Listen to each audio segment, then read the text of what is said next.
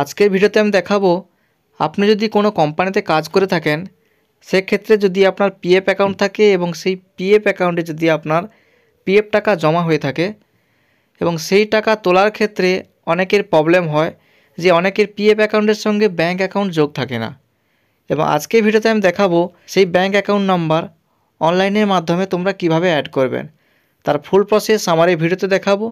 তাই ভিডিওটা স্কিপ না করে প্রথম থেকে শেষ পর্যন্ত দেখুন এবং চ্যানেলে নতুন হয়ে থাকলে অবশ্যই চ্যানেলটাকে সাবস্ক্রাইব করে দেবেন এবং বন্ধুদেরকে শেয়ার করে ইনফরমেশন দেওয়ার চেষ্টা করবেন। চলুন তাহলে দেখে নেওয়া যাক। পিএফ অ্যাকাউন্টের সঙ্গে ব্যাঙ্ক অ্যাকাউন্ট অ্যাড করার জন্য প্রথমে আপনারা epfindia.gov.in এই ওয়েবসাইটে চলে আসবেন।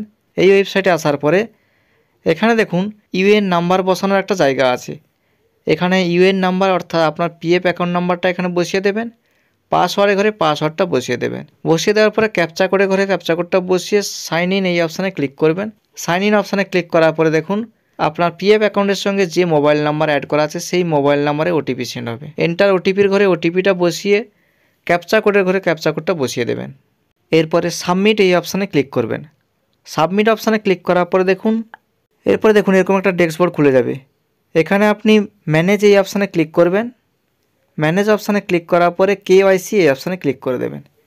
কেওয়াইসি অপশানে ক্লিক করলে আপনি দেখতে পাবেন যে আপনার ব্যাঙ্ক অ্যাকাউন্ট বা প্যান কার্ড বা আধার কার্ড সমস্ত কিছু যোগ আছে কিনা।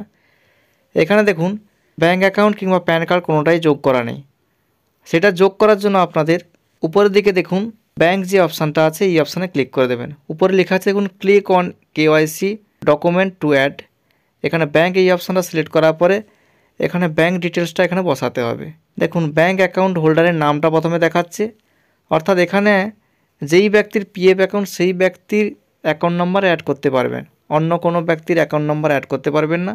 দেখুন অটোমেটিক কিন্তু সেই ব্যক্তির নাম চলে আসছে। এরপরে ব্যাঙ্ক অ্যাকাউন্ট নাম্বারটা এখানে বসিয়ে দেবেন।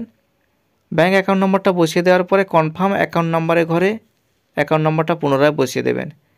এরপরে ব্যাঙ্ক আইএফএসসি কোডটা এখানে বসিয়ে দেবেন। আইএফএসসি কোডটা বসিয়ে দেওয়ার পরে ভেরিফাই আইএফএসসি কোড এই অপশানে ক্লিক করলে অটোমেটিক ব্যাঙ্ক নেম এবং ব্রাঞ্চের নাম চলে আসবে। এরপরে আপনি এখানে দেখুন চেক বক্স যে আছে এই চেক বক্সে টিকমার্ক দিয়ে দেবেন। চেক বক্সে টিকমার্ক দেওয়ার পরে সেভ এই অপশানে ক্লিক করে দেবেন। সেভ অপশানে ক্লিক করার পরে দেখুন এখানে আপনার আধার রেজিস্টার মোবাইল নাম্বার একটা ওটিপি সেন্ড হবে। এখানে সেই ওটিপিটা বসিয়ে দেবেন। ওটিপিটা বসিয়ে দেওয়ার পর সাবমিট এই অপশানে ক্লিক করবেন। সাবমিট অপশানে ক্লিক করার পরে দেখুন এখানে একটা সবুজ কালারে লেখা চলে আসছে bank account number verification is under process, A notification has been send to your mobile নাম্বারে।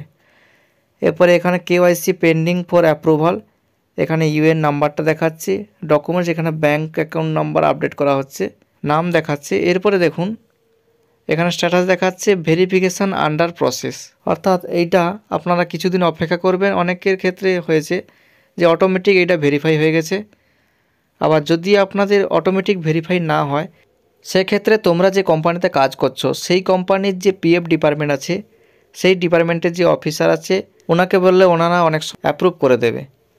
অর্থাৎ এইভাবে তোমরা অনলাইনে আবেদন করার পরে যদি তোমাদের অ্যাপ্রুভ না হয় সেক্ষেত্রে তোমাদের কোম্পানির যে পিএফ অফিসার আছে ওনার সঙ্গে যোগাযোগ করতে হবে।